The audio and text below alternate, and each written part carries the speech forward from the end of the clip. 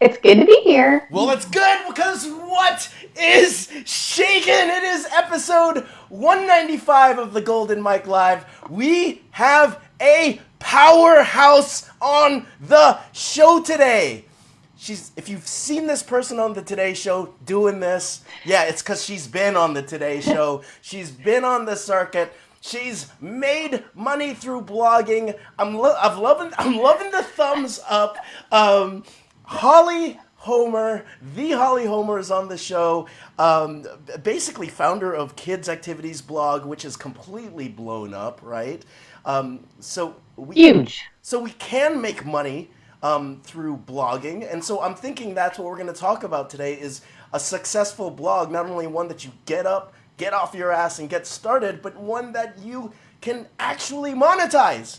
People can monetize blogs still. It is possible. even when you and I are on Skype.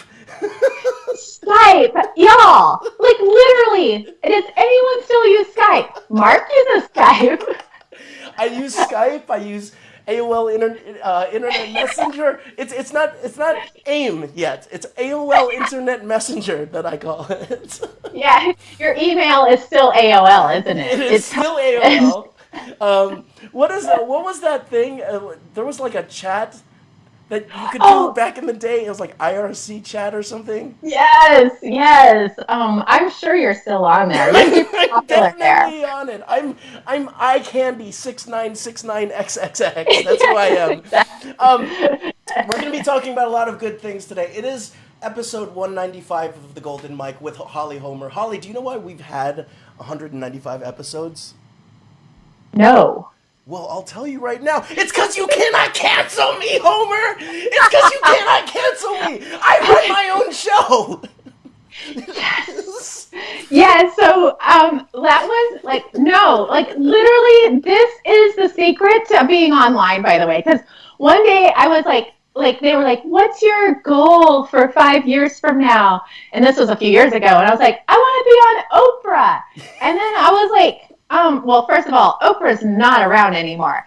That's one problem for my 5-year goal. But the second thing was like, why? Like, we can just turn on a camera and go, and then nobody can tell us what to say. Well, you know what? That's actually why I started this show. I was doing some work with a PR company, and it was a lot of doors that you had to walk through to get on, like, the Today Show or Good Morning America. And this one was like, well, why do I need to wait to go on to the Today Show when I can just log on every single day and work on my craft, right? Why do I have to wait for someone like TEDx Holly to give me a TEDx Holly, right? And so that's why I do it. And plus I get to meet amazing people. Holly, I get to call you a friend, my friend.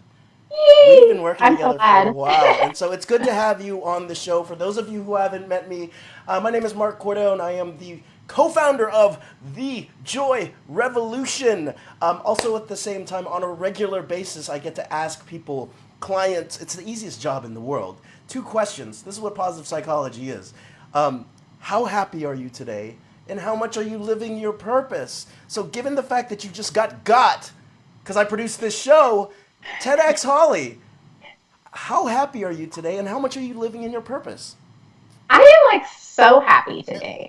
Like, this is like, the sun is shining in my soul. I mean, it's that simple. Shining on my soul.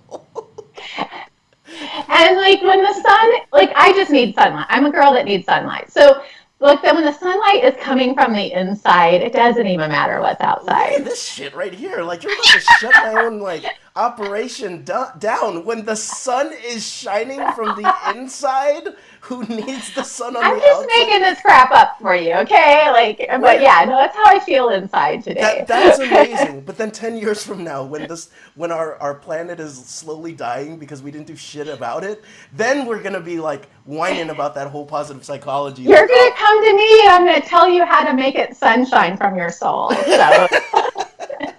And what about your purpose? Man, like, the purpose is not always, like, on target. But I'm just saying, like, I'm going in the direction of the purpose. You know what I mean? Like, the purpose. And I think like, the purpose has a big target right now. Amazing. And you know what? That's from coming from a serial entrepreneur. No, I think that's pretty amazing because again, like you started off with the whole thing about like, oh, we have to have our 5-year plans and we have to do this. I think as long as you're moving in the direction of what, that internal compass, I think things are good. Well, and what I did not say about the follow up to the 5-year plan is I literally said whatever I want to be doing in 5 years hasn't been invented yet. So how in the heck am I supposed to be like headed that direction? You know what I mean? Like we don't know. Well, We don't know. it was invented over the course of it, and it was called the Golden Mic Lady. Oh man, it's full circle right here, Right, right now. full circle. For those of you watching right now, I hope you had a great Thanksgiving. Again, we're going to be talking about blogging. We're going to be talking about Holly's life and how you got to this point, Holly, because I know that there was this thing about working from home, and then you also worked from a pretty high up company as well, doing some corporate stuff for a while, and how this whole transition came about. But for those of you who are happy and living with purpose right now, hit that heart. Let us know you are alive. Yes, let us know that you are alive. Now, here's the other thing. Even though it feels like it 24/7, for those of you who think positive psychology is about being happy 24/7, Holly Homer riding across the country with her Pegasus, and you got to see her when she wears this star sweatshirt or sweater. It's amazing. Flinging out Skittles and blogs and internal happiness for everybody. No, that's not what positive psychology is about at all. It's about the ups and the downs and the all-arounds of life, and how you handle it and create opportunities from it. So for those of you who are sitting here right now and you're like, oh God, Homer, Cordone, you guys are too much. You guys are too happy. That's cool. Let this episode wash over. There might be some things that stick with you. Also at the same time, it's cool if you're like, oh my God, I've been in my purpose for 30 years, Homer, and I'm feeling like I'm falling out of it. That is part of the process as well. Give us a thumbs up. Let us know that your heart is beating just like everybody else, and maybe you'll come on this show one day. Now, here's the deal, Homer. The last thing that I want to say before we go into your story is with positive psychology, there is this idea of hope. And I'm not talking about the idea that hope is something that we get on our knees and we wish for, and we're like, please bring me this. Please. Bring me all the riches in the world so that I may take care of the orphans and drive them around in my new Maserati. No, it really is, which is what Holly Homer does. She drives that is my orphans purpose. around in a Maserati. It's very Jack Black movie type of thing. Yeah. But it really is about you being able to vision the future and take action in the general direction. It's called hope theory. And for folks who want to know the theory about it, we talk about it in the Joy Revolution, but more importantly, hope theory has been found to have as much of an impact as IQ and EQ. So, Homer, if you are hopeful today, if anyone is watching is hopeful today, we've got another button down there, and it's called the wow face. So, Homer and I are going to show you what that wow face looks like. She gave a premature wow face. Right now, do that wow face, Homer. So, given all of that, Homer, I'm going to start the watch party. And at the same time, what is your story? So, well, I started my life in, I won't start at the very beginning because that's a long time ago because I'm like really old. But I started my career a traditional path. I was a physical therapist, got my master's degree, went to master's school, went to graduate school, did all the traditional things, married a doctor, just like we were like the traditional American dream family. And I worked for about 10 years, and then I stayed home when we started having kids. I wanted to be a stay-at-home mom, so just layer on another level of tradition. And And so I found myself in a situation with three little boys under the age of 5. Very little like adult conversation in my life. Yeah. My husband was always at the hospital, of course, because he was a doctor, and it was overwhelming, and I found myself kind of overwhelmed with like Yeah. just not being taken seriously, not being listened to.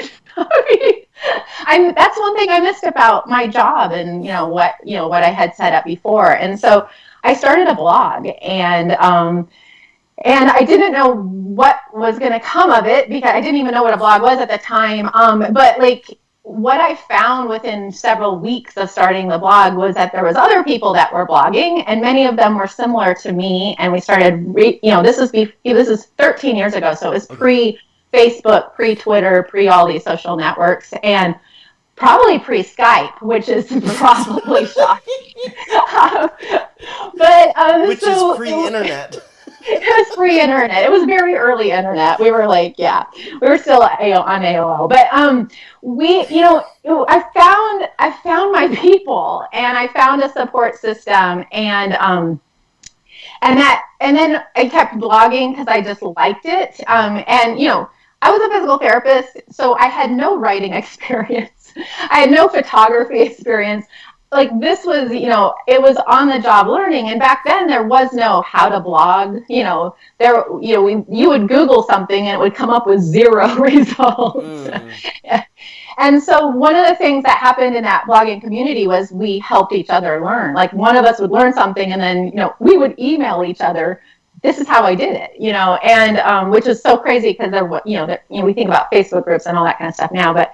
So that's kind of how we got started. And at some point, I started getting, some really bad pitches in my inbox.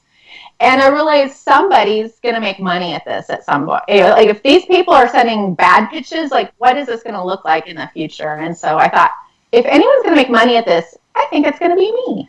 And I just started like watching. And, early days, I got called sold out because I put the ads on the sidebar. And, but, I think, from a very early time, I was like, if this is going to be a sustainable hobby, it would be really helpful to make some money at it. And so I've just never turned down a monetization path, but, I've always explored them, and it's worked out really well for me. In fact, 2.5 years ago, my husband retired to join our company because his job was just incredibly stressful and it was making our lives miserable. So that's why I'm saying it's like there's no 5-year goals for this girl, because like I could not even imagine this life at any point in the past. And I'm sure your husband couldn't have imagined it either, like having gone through like medical school and No. I mean, you go into a place that is as probably when it comes to job security, right? You have a lot of job security going into medical school, and then going into a place where you didn't, from a blog, you're starting a company in which he's going from a seemingly low risk place to I don't want to say. We live on the internet now. Right, but now we live on the internet now, right? And so like, one of the reasons I wanted to have you on was because there's so many folks. It's a booming place right now, the internet, right? And also at the same time, you come from some old school methodologies. Like for example, there was no YouTube, like you said, back in the day, but you're still monetizing based on blogs. There's still a place for it, Mm-hmm. So what I wanna ask about is, what was the point where you started making a little bit of money and you were like, holy crap, there's something big here. And by the way, we have 83 hearts already. Were you hitting that? Were you hitting this? No, I have not hit a heart. Okay. So somebody has turned this into a I'm drinking. a little competitive. More. Someone has turned this into a drinking game over somewhere across the country. So thank you guys. But like, at what point was it that, was it these little ads that you'd put in at the time? Is that how you would make your money? And And how does that contrast now? So, actually, it was really, it was my first affiliate offer. And I do have to tell this story because it's one of my favorites. But, so This is only a place for favorite stories, by the way. This is a place for favorite stories because I feel like it's so like this is how life goes. Is like it's the most unexpected things come out of the most unexpected places. So it was early on in my blogging career. Yeah, it was before Kids Activities blog. My original blog was called June Cleaver Nirvana, and because I just felt like it was like that whole like tradition meets like whatever's happening now. Yeah. And so my husband and I were laying in bed and we're watching infomercials. Duh. I mean, like, what else are you gonna do? Right. And so it was like it was pajama jeans, and I mean, they look like jeans, but they feel like pajamas, and like the only way that I roll is with my pajama jeans 24/7. Yeah. Either it's pajama jeans or no pants. That's my decision. Pajama jeans or no pants. I mean, like, it's obvious I need pajama jeans, but like, of course, they're like, I don't know, $4,000. No, it's not quite that much. I mean, it's very cheap, but then the shipping and all the things that you're gonna have to get through on the infomercial. My husband looks over at me and goes, "You want those, don't you?" I'm like, "No, I don't want them. No, I don't need them." You wanted the pajama jeans, Homer. I was like, I do need the pajama jeans. And he said the most magical words to me. He goes, "If you wrote about them on your blog, it could be a business expense." And so tell me that you wrote about them on your blog. So I bought the pajama jeans, and I mean, if it's going to be a business expense, you have to like follow through and write about them on your blog. So, and what I didn't know is that like the stars were aligned, because it was really funny when I got the pajama jeans. I didn't hate them as much as I thought I would, but there was some serious problems with them, and like the infomercial, I felt like wasn't completely truthful.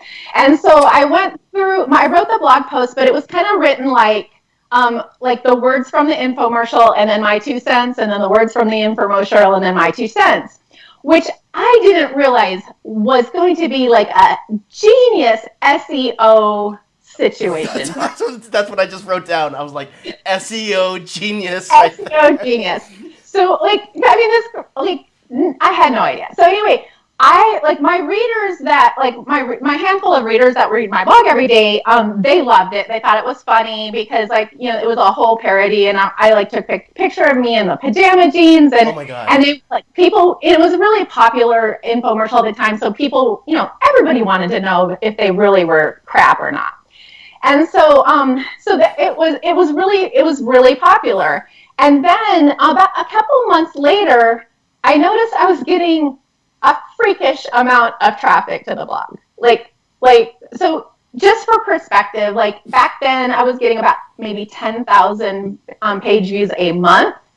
And all of a sudden my pajama jean post was getting 100,000. And so, and I realized that that traffic was coming from Google. And when we investigated a little bit further by turning on the radio, we realized that pajama jeans was running radio ads, and in fact, they had been brought in under the Pajamagram umbrella, and Pajamagram was promoting them across every radio station basically in America as the solution to your holiday gift giving. Was pajama jeans. So what were people doing? They were running to Google and Googling pajama jean review, which I was number 1 for on Google because I had written about it, and I had obviously done a good job on SEO just accidentally. Yeah. And so it was crazy. I was just getting all this traffic, and so I was like, crap, I need to install ads, because I hadn't even had ads up there. So I went out and got my ads up.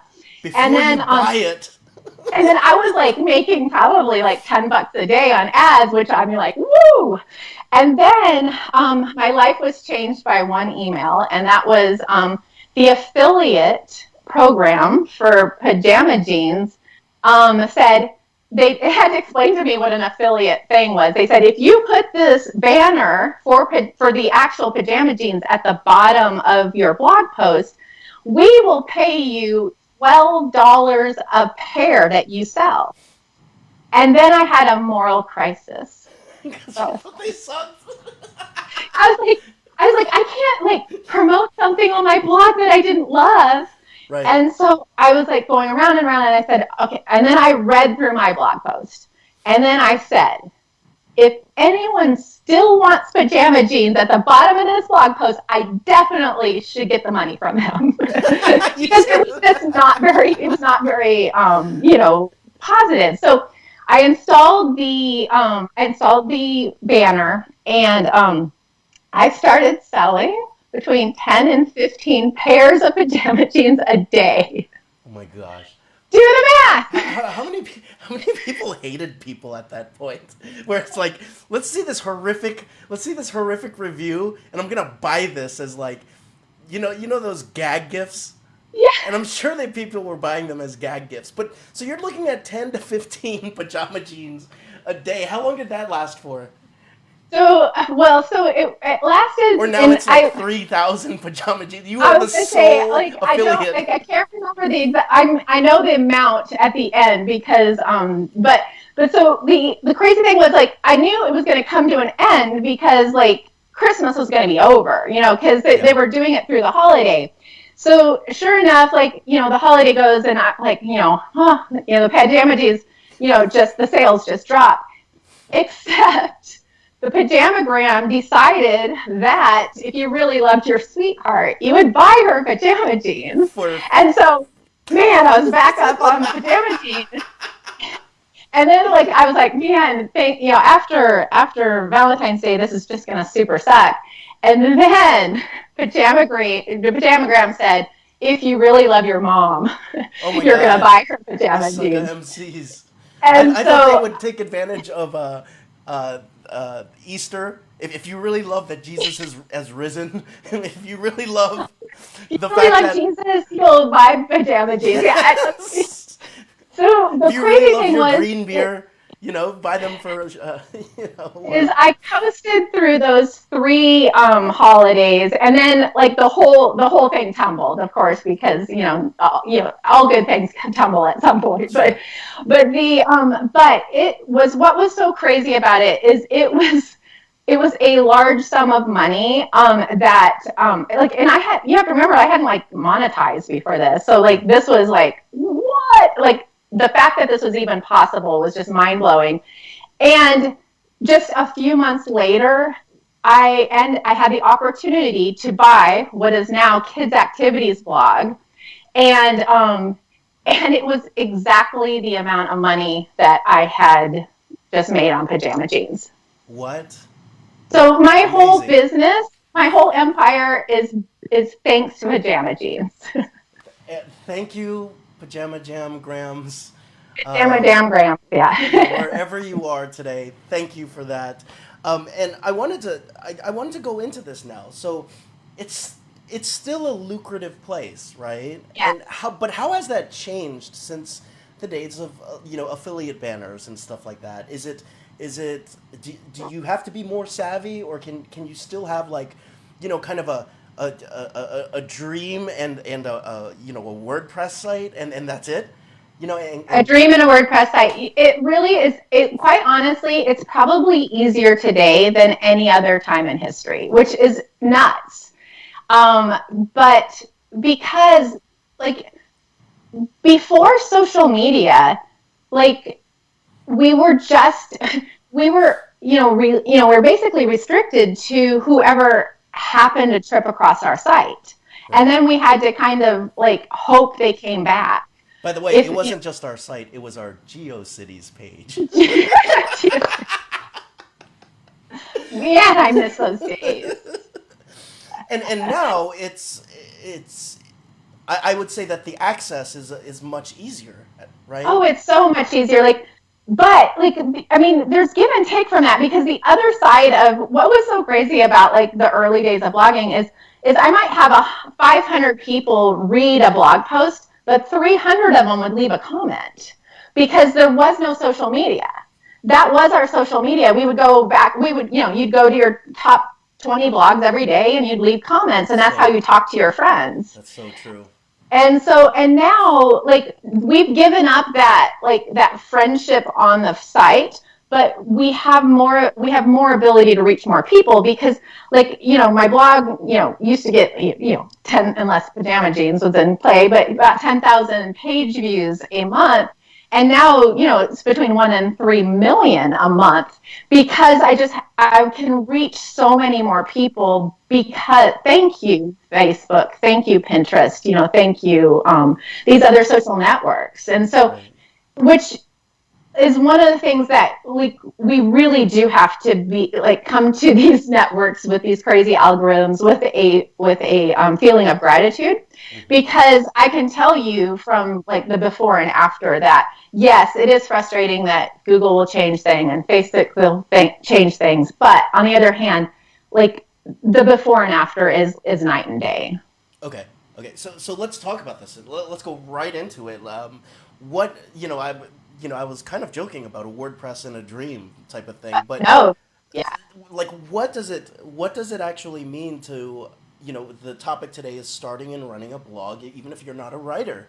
So what are some of those initial steps for those of us watching right now? And yeah, I pubbed you to a bunch of people, by the way. So like, yeah, you just got like 15 like smiley faces, I think, at once at the same time. So I think that it's Antonio Ionescu who might have the hots for you, Homer. So that's who I think it is. Or it might be He George. just really wants a blog. So let's help Antonio start a blog today. And so Okay. where do we even start? Right? Is it, because I've tagged you in on, Yeah. on other Skype sessions, Zoom sessions, right? And you've got these crazy like whiteboards in the background. No wonder you have the background blurred, right? But you have these Yeah. whiteboards in the background with like content and stuff like that on it, like content planning Yeah. calendars and stuff. At what point do you So go through that? really, content is key here, because if you don't have content, that's basically your home. That's the foundation. That's the walls. That's the everything. That's the reason why people come. Mm-hmm. And so you have to have a content. And so if you're starting out, your major obstacle is hitting that publish button, because you're like, oh, it kind of sucks, or oh, I'm not sure if like people will understand me. Oh, freaking hit publish, and hit it every single day. Just keep publishing, keep publishing, keep publishing, keep publishing, because every single time you hit publish, it is an entrance into the content lottery. And what most people don't really understand about blogs is that it's not even close to 80-20. It's like maybe 5% of the content, if you're lucky. In my case, it's probably 1% of the content or less. It accounts for 99% of the traffic. So, like, and I mean, I'm a lot better at guessing what those might be today after 13 years of hitting publish every day. But like, for you and for you reaching out, is every time you hit that publish button, you're going to learn something. Whether, a bunch of people read it or nobody reads it, it gives you more information, more data to It's make the opportunity. next. It's opportunity for growth every time you hit that publish Every button. time. Every time. Now, say someone is like, easy for you to say, 13-year GeoCities veteran. For me, I'm having a hard time just thinking of content once a week. What are some of the things that you did or you didn't do or you wish you did that could unlock that kind of creativity button or unlock that piece where it's just like, it's like a muscle. Like for me, like doing the golden mic, right? I was like, there's no way I'm gonna do the golden mic 5 times a week, and now it's almost like I missed 3 days and I'm like, I it's like, what's wrong with my life? Like, Yeah. why have I become so lazy, right? So like for you, what are some of the things that you recommend for someone who's like, even if I wanted to, like, I block out an hour and I look at the screen, I don't know what to write about. Mhm. So first of all, like one of the reasons why I'm successful today is because I publish every single day. When I first started, and you have to remember back then it was a hobby. Like I didn't even think this was going anywhere, but I just thought, you know, anytime I've been successful in my life, it's through persistence of some sort. I have this. I just recently, we were talking about words recently, and I wrote down this morning the words relentlessly resourceful. I know, that's good, isn't it? You're doing your homework. I'm doing my homework. So, but like that has been a key to my success from day one on just about anything that I've mastered is being relentlessly resourceful. And so for me, I took this hobby seriously. Like I don't even know what I was thinking back then because of like I have three little boys under the age of 5. Like, and I'm like I don't miss a day writing on my blog. And like I had 3 people reading it at that time, but I just like it was kind of my creative outlet. I was kind of like that adult conversation. But when you commit to writing something every day on your blog, like what are you going to do? Just sit there and stare at a blank screen? No, it all of a sudden it lowers that bar of what you're going to accept as acceptable, and which is really, really important, especially with any creative process, because if you're trying to be perfect, like when you're painting a painting, or if you're trying to be perfect when you're doing, writing a blog post, that is like the biggest mess of that you can do in your mind, because really what you want is like stream of conscious. I mean, the reason why people call, oh, well, blogs are so informal. Yeah, they're stream of conscience. Like, if we were going to write a book, we'd write a book. So like it really like it should be the way you talk. I know a lot of people who just like dictate it and then like have it, transcribed into a blog post. Whatever method gets those thoughts out of your head and onto the screen, Yep. that's important. And then you will have, I just remember I learned this lesson so well. It was early on. I had a night where I went to bed without publishing. And so, of course, in the middle of the night, I wake up and I'm like, it was like the first day I hadn't published in for a while. And so I felt guilty, and it was like, I couldn't sleep, and there was a big storm outside. And so I just went and sat down on my computer and knocked out what I thought was the stupidest blog post I've ever published in my life. It was about the storm. And I was just like embarrassed to hit publish, but just grateful that I hit publish so I could go to sleep. And so the next day, I got up and there was these comments about the brilliance. Like, Holly, that was the most brilliant thing you've ever written. And I'm like, that trash? And that's when you realize it's not about me. Yeah. It's not about me. It's about the people who are reading, and obviously their mind was filling it in with something amazing because they took away something that I didn't even know was there. And I think when that also takes the pressure off of you is when you realize it's really not about you. It's about them. I mean, It's about you, and then your journey of actually trying this out in public and letting other people peek into that is part of the inspiration that is created around these projects. And you know what I'm that's kind of going through my mind right now is probably when you're at that point where you're like, I just need to get this done and go back to sleep, you're probably not worried about your voice. And that's probably the truest voice that's coming out. Is sort of the I'm tired and I'm just gonna crank something out, but it's coming out as the conversational Holly that we're talking to now, and I think that's also a big piece of it as well. Is the repetition will move you from being a karaoke singer, and I say this a lot to coaches, move from being a karaoke singer to actually being the writer and producer of your own songs. You're coming up with original content, but you got to start somewhere, right? You do. And I love that, like, I think the creative process requires your ego to be pulled out of it to a certain extent. And so, like, and you have to remember, this is like a hobby. Like, it was just something we were doing for fun. I mean, I would just think of so many of us that started out this way. And, like, we would just do silly, like, I mean, like, every Monday would write a haiku. I mean, like, because haikus are, like, super fun. 575, baby. 575. You can't go wrong. I mean, like, is there a better part of the English language? No. So, like, I mean, but, like, there was just, we were experimenting with so much just silliness, and it was so, like, not, I think about, the blogger, if you started a blog today, you know what a blog's, supposed to look like, and there's, well, I get these questions, should I publish every day?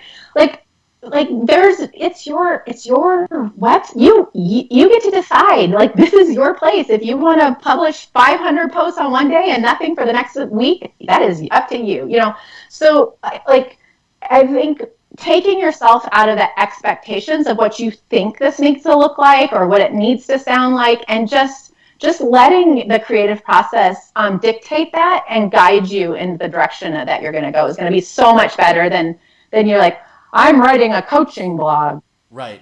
And that's exactly what I do when I write my coaching blogs, that I march. Absolutely. Well, and it really goes with the idea that I partied hard last week. I'm sick. So it really goes with the idea that, like, when we talked about your purpose, it's not purpose from the standpoint of, this needs to be to the detail figured out 20 years in advance. There are things that are going to come and go in the course of the next 5 years that we cannot predict. There's going to be chaos that's written into play, and so kind of starting from, and I was joshing on you because it was cheesy, but it's not, like, coming from a place where you're starting internally, and it's like, what lights you up, what connects you with people, what is it that you want to do, and then just start writing about that. What are your observations on the world? Yeah, Holly.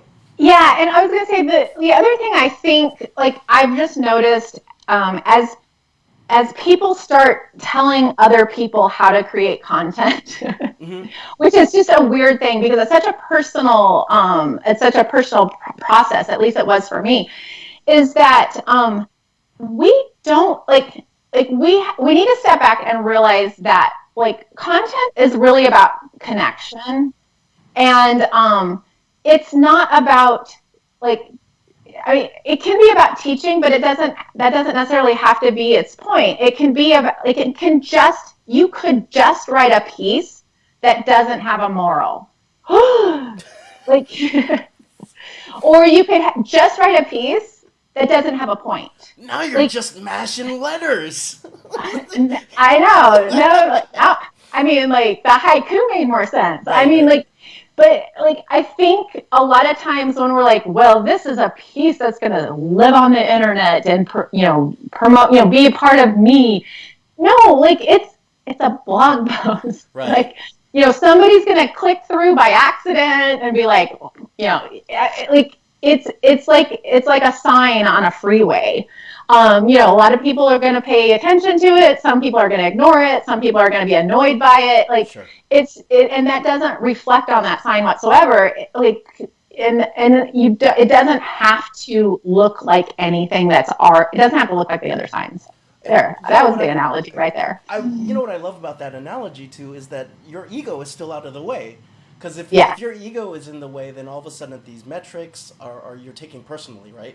Like, I just wrote the best freaking article on coaching, right? And coaches need to read this, and, like, you're white knuckling it to try to get it to everybody. No one's reading it, right?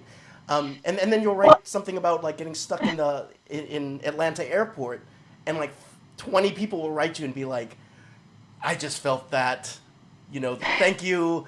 Or do you remember the time, like, I'll meet someone in person, they'll be like, remember the time that you emailed us about blah, blah, and I'm like, no, I don't. And it's the most ridiculous stuff, but yeah.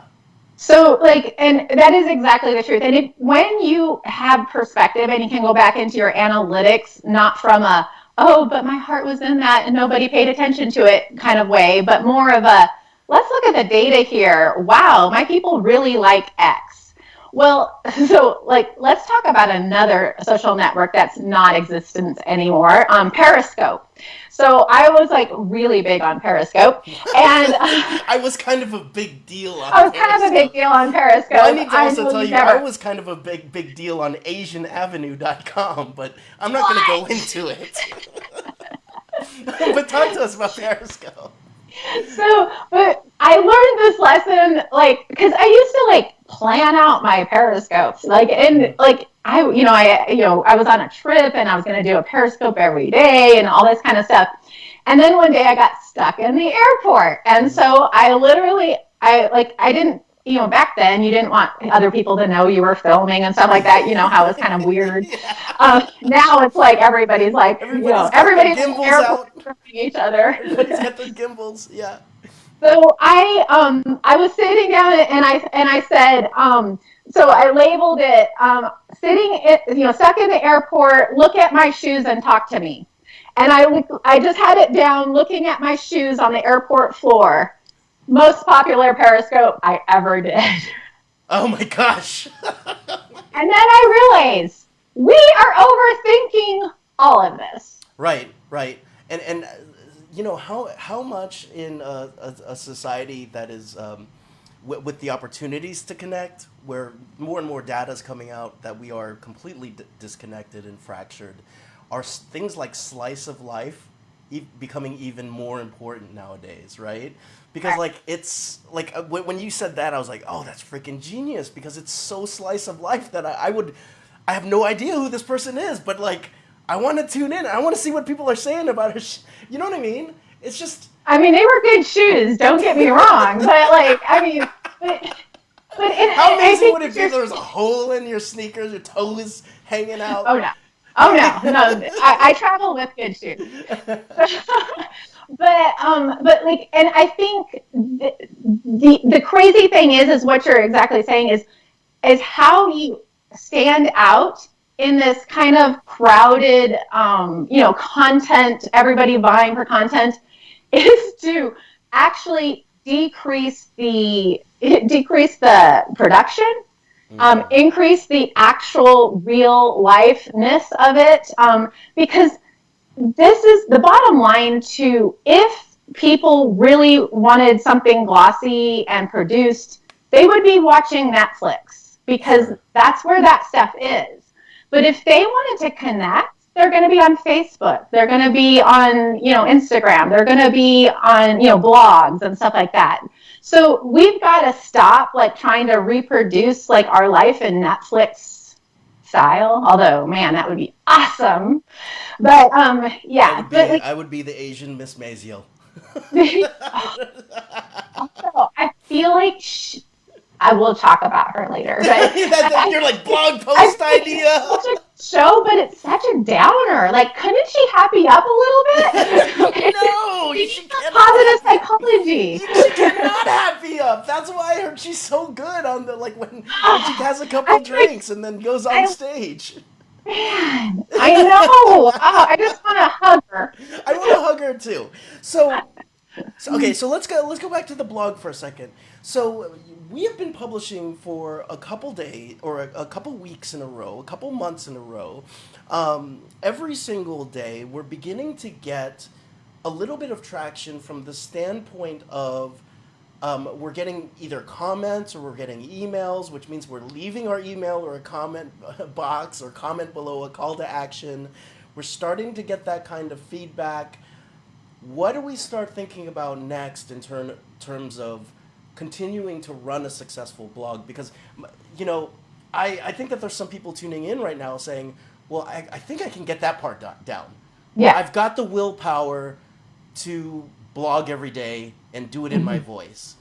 Where do we start going next? Because, is this where we start thinking about SEO? Is this where we start doing content maps? Is this, and again, it's me trying to box down something that's really hard to box down. Yeah. But also at the same time, what are some general things that we need to be thinking about as it starts increasing? Mm-hmm. So, and I think let's talk about SEO for a minute, because I think there's a lot of mystery surrounding SEO. And that's because gurus put that mystery around it so they could charge you tens of thousands of dollars to help you SEO your posts. Let me just blow your mind when it comes to SEO. All SEO means is that somebody has a question and goes to Google, and if your blog answers it, that Google knows you talked about it. So if you have a blog that is answering questions, so I would say probably 50% of my blog is answering questions, like what should I do with my kid today? What activities would be great for my frozen birthday party, that kind of stuff. So, but think about that question, what should I do with my kid today? Well, I have 11,000 blog posts on my blog of fun things to do with your kids. But did I label them, this is what you should do with your kid today? No. So am I really answering that question that somebody's going to Google? And I think this is where the challenge is because a lot of times we're writing about things, but we're not necessarily thinking, is this answering a question that somebody would actually go Google? And so the part of the challenge is now I have 11,000 blog posts that, answer somebody's questions, but not necessarily the ones that Google can relate them to. So then do I go in and start new blog posts, or do I do hey, and this is where I think you've seen a lot of these collection posts, 35 things to do with your kids today. Yes. That's partially because I have 35, Play-Doh recipes. But Google doesn't see that as something to do with your kid today until I tell Google this is something to do with your kid today. Okay. So that's where I think and then there's Play-Doh some recipes. I do have tons of Play-Doh recipes. I have a whole book. But the other side of that is sometimes there's just blog posts that Google and people who Google questions will never be interested in, and that's okay. Okay. Those are blog posts that will do, usually those are the type of things that will usually do better on Facebook and on Pinterest and some of these other places. And so when you look at that content, is it a Google piece? Okay, then let's make sure that we're letting Google know that I'm answering this question. If it's not a Google piece, then maybe let's make sure that we have a promotion thought process of, let's make sure this gets up on Facebook. Let's make sure this gets sent out to the email list because it's probably a more personal piece that's more of a reflection or something like that. So I think one of the things that I hear quite a bit is the notion of SEO optimization, right? And so essentially what I'm hearing from you is basically the optimization is the idea of effectively being able to predict what those big Google questions people will type into Google are. Yeah.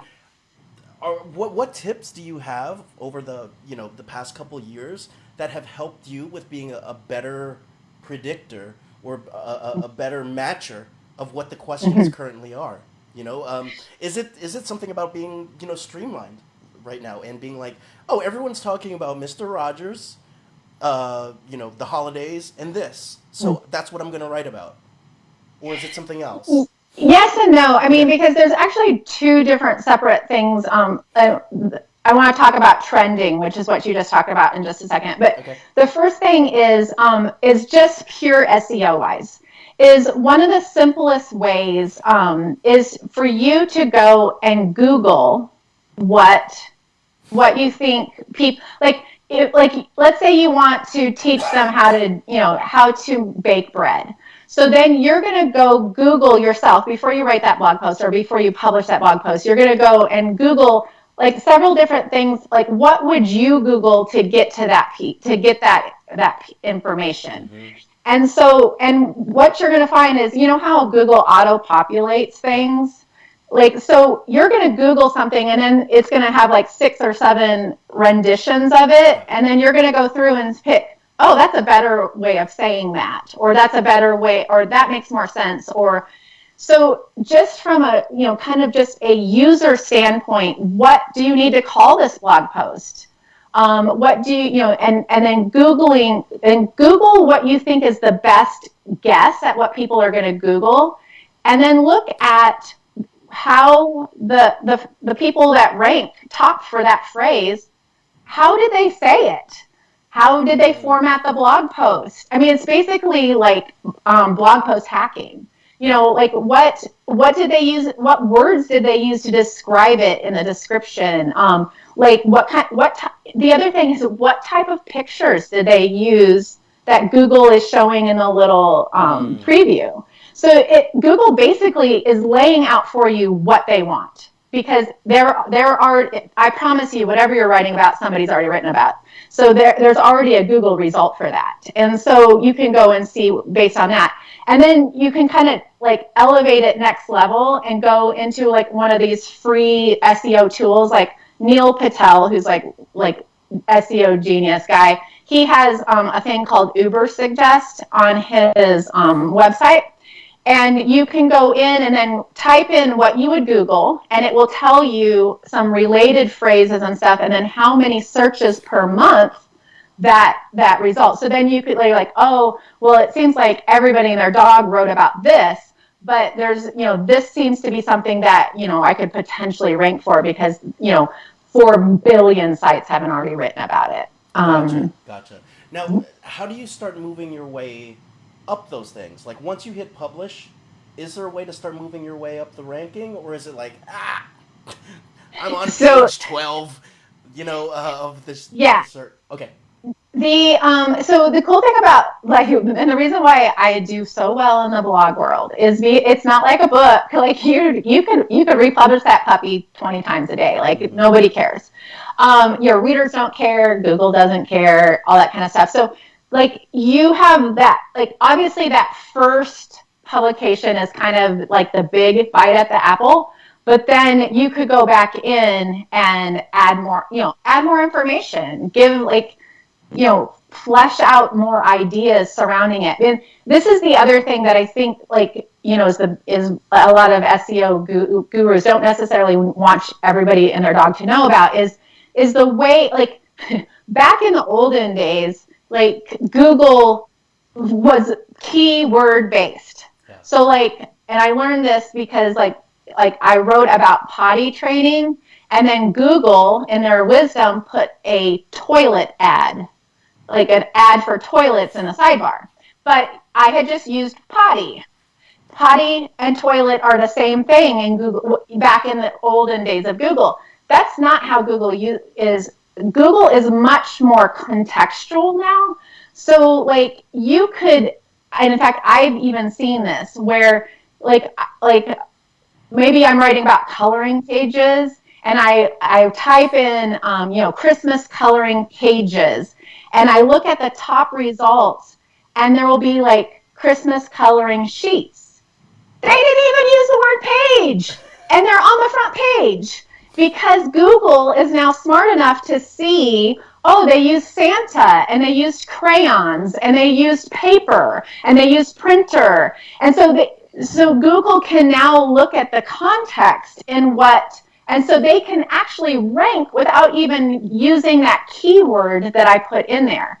So that's the other thing, is make sure that your language is rich, that you pull out the thesaurus, that you get those contextual things, because that's your edge over a lot of the other people. Oh yeah, and we busted out the thesaurus last week. I love the thesaurus. I didn't realize in the watch party how many people are freaking watching right now. So by the way, I'm sorry that I haven't been looking at this, because I've been selfishly using this for my own gain, because I'm about to launch a blog. Shelley, oh my goodness. Wendy Thorbus, who I haven't seen since college. Right? It's amazing. It's amazing. Jackie just wants to know, is it still fun for you to blog? Yeah. Yeah. So actually, it hasn't lost its mystique for you yet. No, and I think because it's a creative process, and you have to remember, like I literally did this for 5, 6, 7 years before I made a penny. And so it was my hobby for a while, and and I'm really a lot better at it today than I was 13 years ago too, which makes it like more fun in a way to be creative and stuff like that. I do get trapped in like forgetting to do it for fun, like only doing the sponsored content or the stuff that like, I do for business now. But yeah, like I don't know that, like, it's so creatively endless. I don't know that you could run out of fun with it if you ever found it fun. Amazing. By the way, I had no idea it's already we're an hour into this thing. Time flies, Homer. I mean, the pajama jeans story is worth it. The pajama jeans story was over the top. I love it. Walt, you're dropping some amazing stuff here. So, Walt is talking about knowing your intention and who you want to reach, and then becoming aware of what works. You can edit your post Walt Aguilar, you seem to be knowing what you're doing with blogs as well. And by the way, happy birthday, Walt. I know it was your birthday recently. Oh, you love that? How I keep in touch with the people, Homer? Homer. That is connection, Mark. Connection. Yeah. So I want to ask this before we do log off and I give you the golden mic. And that is, now let's say that we haven't even started talking about analytics and stuff like that, but when do we start entertaining the monetization piece now? Because I do think that that's something that a lot of people tuned into, and I just wanted to touch base, because 13 years ago, striking gold was one thing. Yeah. What does that mean now? So it's really crazy these days. It's kind of all about building community. If you have a highly niched community, like, if you're just speaking to underwater basket weavers from North Carolina, like, you could monetize, with 100 people, watching that blog, because you have, like, the people who create basket weaving supplies for underwater in the South are looking for your community. Like, you are basically on a silver platter, delivering their customer. If you're like me and are like, oh, I want all the parents, right. It's a lot. It's more about, it's less about, the PTA queen of America. Yeah. That's who you're gonna be. Yes, all of the parents. And so it's a little bit, it's more about the masses when you're monetizing versus the, like, no, I have this really specific thing. So, like, if it's a really specific thing, you're going to do really well with affiliate products that are specific to your people because you use them and love them, and they will too. You'll do well with sponsors who are who just want to talk to those people. What you're not going to do really well with a super small community is like sidebar ads because you need a lot of traffic to get sidebar ads. But if you have people that you can sell to and there's products that can be sold to them, then sponsorships and affiliate can be a really easy way to do that, or your own products at that point. And so one of the things that's coming to mind right now that I'm wondering if you could just deconstruct and say whether this would work or not, but let's say we've done 195 episodes of the Golden Mic. We're about to expand in 2020. I can't wait for you guys to see the expansion. We're about to go into different spaces, and then a blog is something that we're also entertaining. It's not entertaining. We're doing a blog as well. Now, would something work for me where for my audience I would write the bare naked essentials that I need to run my Golden Mic, and then it's like, here's what I do. Here's how I set up my Golden Mics. Here's what I use the program Acuity, which I use. I make sure that I have my Evian water beforehand, and I just put the links all in there to my use my Soundheiser mic here, right? I just wrecked my whole setup, damn it. Logitech camera, like, I'm just going crazy. But, like, could that be a decent blog? Like, the bare essentials you need to be a coach doing your live cast. Absolutely, because and this is where I feel like we overthink a lot of things. Like, you get questions all the time, like like, hey, Mark, why do you use Skype? No, but like, I mean, like other things, like, what microphone, because you coach coaches. So like, what microphone do you use? What is your headset? So you should have like the easiest way to do that is say, here's everything I use for this. So that when people ask you that question, you're just sending them the link, and then you're an affiliate on all those products because you are leading them to that thing. And then also like a blog post, like, if you're starting a podcast for coaches, this is what you need. That's something what people would Google. I'm starting a podcast for coaches. What do I need? Right like that is an actual question and answer. But then don't overlook things that like fall outside of that. Like, well, like the Evian ladder probably falls outside of that. But like, like, hey, because we sold an obscene amount of clothing, Yeah. not because we were fashion experts, but because we were like, hey, this is what we're wearing today. Right. And so like people are connected to you. They like, know, and trust you, and are interested in what's going on. So like, I would put all the links for everything you have in your background. Like, here's the book, or here's my favorite books. Here's my favorite this. Here's my favorite that. Here's where I went on vacation. Because this is part of the reason why they're not watching Netflix and they're watching this. Is I'd love to say it's because we're just so much better, but on the other hand, it's because we actually care who's watching, and we actually interact with who's watching, and there's a relationship there. It's not just a screen time. Yeah, Jackie Peterson says that makes a lot of sense with some love. George, I see you. I see that you just logged back in. Vera, I see you as well. I hope that you all have enjoyed this episode and have seen why I have so much deference for Holly Homer and what she's created. And then Holly, I think there's also this as well. It's just because you get a blog going doesn't necessarily mean that once all that momentum's going, you're riding off into the sunset. It's not necessarily a Hollywood ending for everything, you know. If it's anything like the Golden Mike, I mean, we've had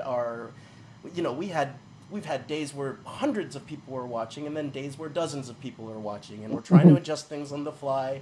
This is a pretty saturated place, and we're still trying to keep our voice. Has it been the same thing for you as well? Like, has it been a steady climb, or So like, it's always up and down. It's always like, I can't think of any business where there's just a straight line to anywhere.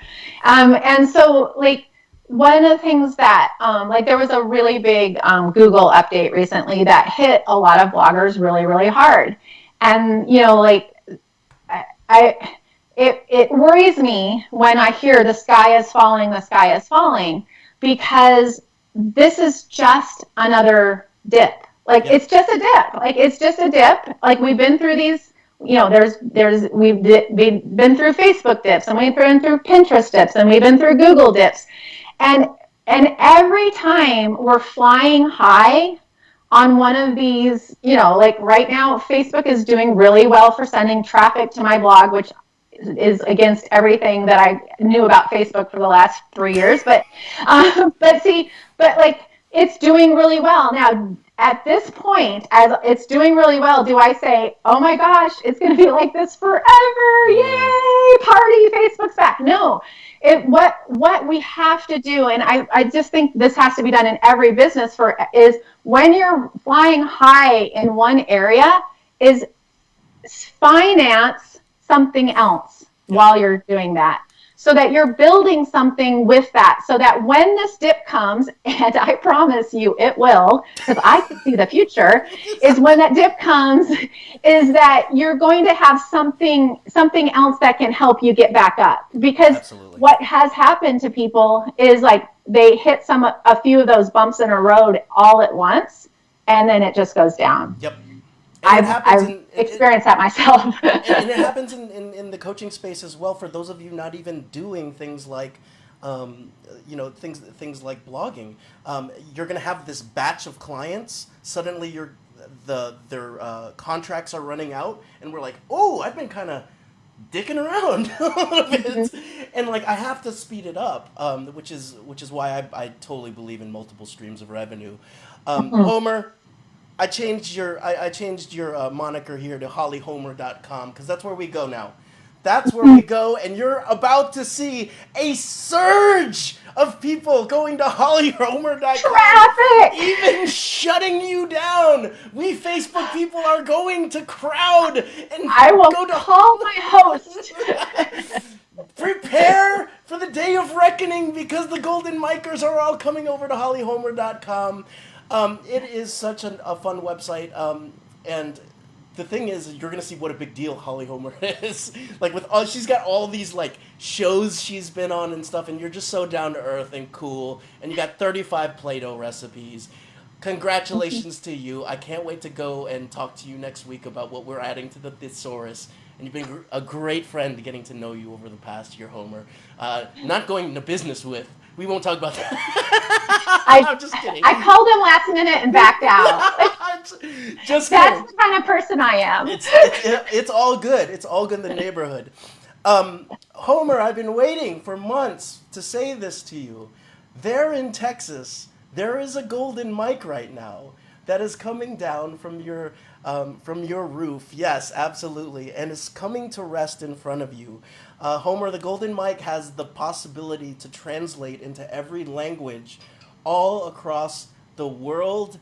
Everyone is going to be listening, and like a street sign, some will see it and some will walk right past it.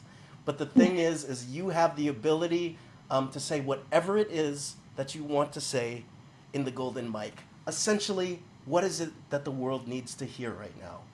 So, Holly Homer, your golden mic is live now. No pressure whatsoever. So this is something that has been on my heart recently, is that life is short. Life is so freaking short. And it is super scary to try something new, start something new, think about you in that dream, of the future, and then actually moving towards it. But the cool thing is that any momentum gets you momentum and movement, and every single time you step out and you try something that you totally suck at, that you learn something. And every single time you suck at something and you keep doing it and you suck a little less, eventually you get to a point of not sucking so much.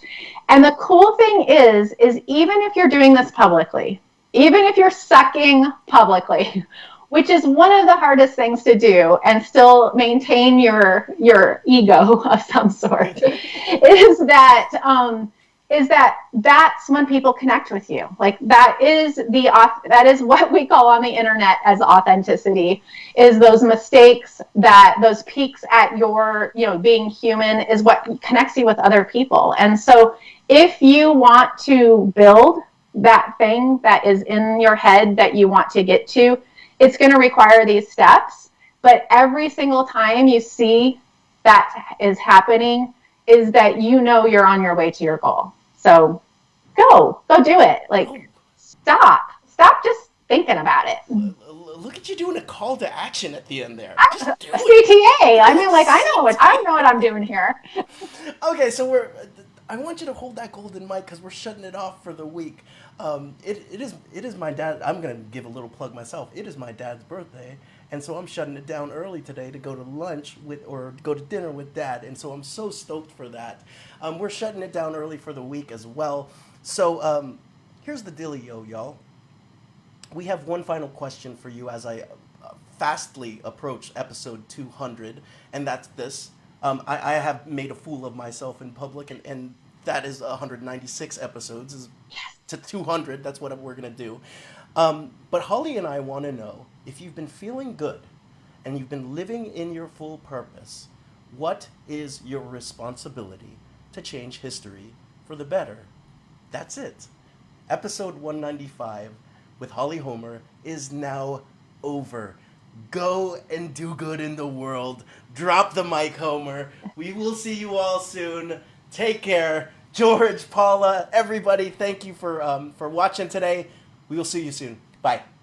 Homer, you're unbelievable, dude.